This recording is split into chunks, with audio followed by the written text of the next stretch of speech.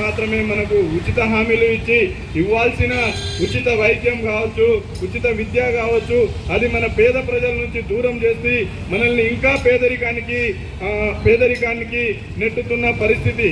ఇవాళ ఈ తెలంగాణ రాష్ట్రంలో అంబేద్కర్ గారి వర్ధంతి సందర్భంగా ఎక్కడ చూసినా ఎవరు ప్రశ్నించినా, మొన్న మా లగచర్ల ఘటనలో మాట్లాడుతూ ఉంటే గిరిజన సోదరులకు 500 నుంచి 700 ఎకరాలు భూసేకరణ విషయంలో ఆ తండాల మీద పడి రాత్రులలో పోలీసులు ఎంత నిర్బంధంగా వెళ్ళి అక్కడ అరెస్టులు చేసినారు.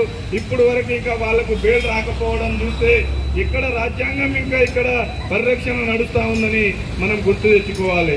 ఎక్కడ చూసినా ఈ ప్రభుత్వానికి తన అవసరాల కోసం భూమిని తీసుకోవాలంటే పేద మధ్యతరగతి దళిత గిరిజన కుటుంబాల దగ్గరనే ఈ భూములు తీసుకుంటా ఉన్నారు.